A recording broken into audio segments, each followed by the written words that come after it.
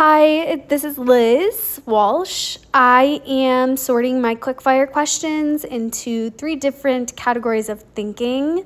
The first way that I organized my thinking was the type of question, why, what if, and how.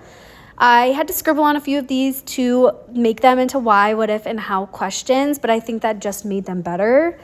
The yellow questions that you see are new ones based on the reading from this week.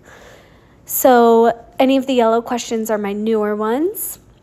The second way that I organized my thinking was who is involved in the question that I asked. Is it the individual, me, or is it a school question, or is it a question that pertains to the community?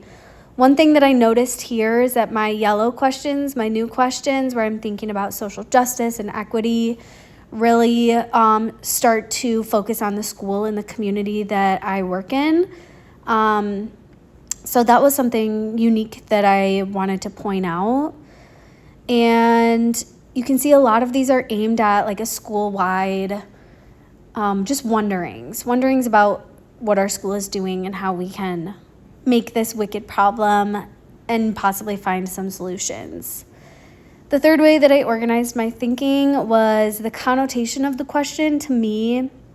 When we're talking about student success and like limiting chaos in a building, especially when there's a few veteran teachers, but a lot of people, including community members, administration, district board officials, have a lot of opinions. So to me, it's really important to sort these out by the feeling that it gives me, and also keeping in mind that because this is my wicked problem that I'm identifying, it's my job to keep things positive in order to actually create meaningful change. So that's what I did there. And then I turned the page and I wrote down some of the themes and big questions that were sticking out to me. One of them being, who's in charge? Is it administration, stakeholders like community members, board members? Also, like I mentioned, veteran teachers who have strong opinions. Are they in charge? How much in charge are they?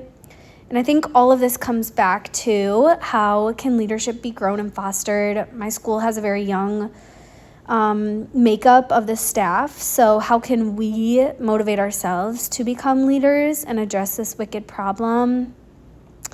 And then another important theme that stuck out to me was unity between all of these stakeholders and all of these people that the wicked problem affects: teachers, students, families, community members.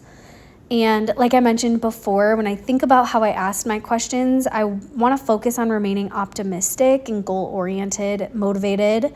So these big boxes that I'm putting around certain words are ones that really are sticking out to me that I don't want to forget. And I really want to highlight throughout this wicked problem process. Lastly, I drew some eyeballs as a reminder to stay focused on future successes.